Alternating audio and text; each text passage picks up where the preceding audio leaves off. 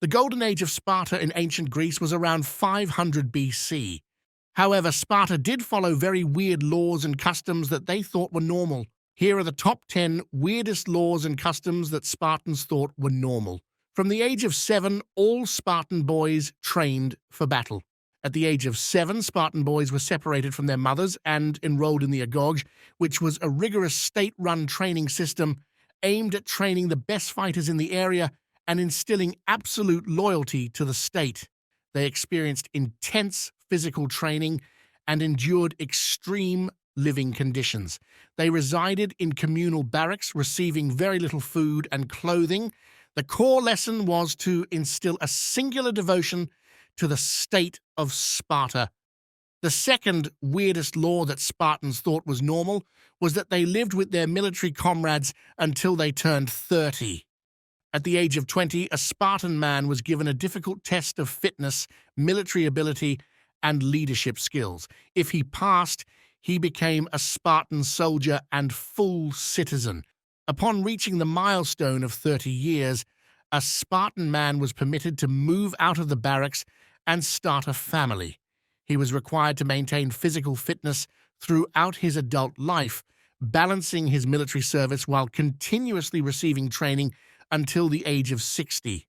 The third weirdest law that Spartans thought was normal was that people could not use coins to trade with Sparta. Spartans used heavy iron bars as money. Legend holds that this uncommon form of money was implemented as a deterrent against theft. Given that an individual iron bar held minimal value, a potential thief would have had to steal a substantial amount of iron bars, sometimes even a wagon load, to make it worthwhile. Because of this, other Greek city-states were generally reluctant to accept iron bars as payment for goods, making trade transactions with Sparta even more challenging. This is why Sparta's economy relied on farming and conquering other people. The fourth weirdest law or custom that Spartans thought was normal dealt with how society treated unhealthy babies. In Sparta, the purpose of producing capable men and women was so they could fight to protect the city-state. Because Spartan men were completely dedicated to military matters, Spartan women were expected to manage all other aspects of life. Life as a female Spartan meant a life committed to producing and raising children until the age of 7. Only strong children were raised, babies were inspected, and those who were deemed to be deformed, unhealthy, or otherwise unlikely to grow up to be strong soldiers were likely to be abandoned and allowed to die. The fifth weirdest law or custom that Spartans thought was normal was that Spartan females could marry again should their first husband be away at war for too long. Spartan women received an education and training equal in many ways to those of the men. Spartan women were expected, like men, to be physically fit. They received training in wrestling, running, discus and javelin throwing, as well as horse riding. Some Spartan women are known to have even competed in early Olympic Games. Spartan women also had many rights that other Greek women did not have. Spartan women were not only allowed to own property, but they were expected to look after her husband's property in times of war.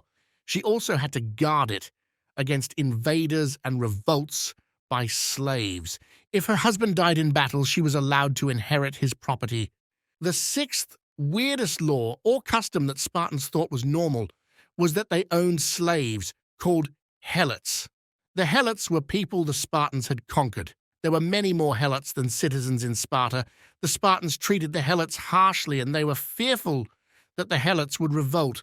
Sometimes the Spartan government declared war on the helots so that any slaves it thought might rebel could be legally killed.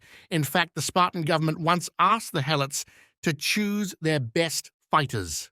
The Spartans said that these slaves would be set free as thanks for fighting for Sparta. The helots chose 2,000 men. Immediately, the Spartans killed all of them to eliminate the possibility of any future helot leaders. The 7 weirdest law that Sparta thought was normal was the law that mandated that only 2 classes of people in Sparta could have their names inscribed on their tombstones. Even Spartan mothers were known for their do-or-die approach to military campaigns. Spartan women are said to have sent their sons off to war with a chilling reminder: you will return with your shield or on it in a funeral. If a Spartan warrior died in battle, he was viewed as having completed his duty as a citizen of the state of Sparta. In fact, the law mandated that only two classes of people could have their names inscribed on their tombstones: women who died in childbirth and men who fell in combat.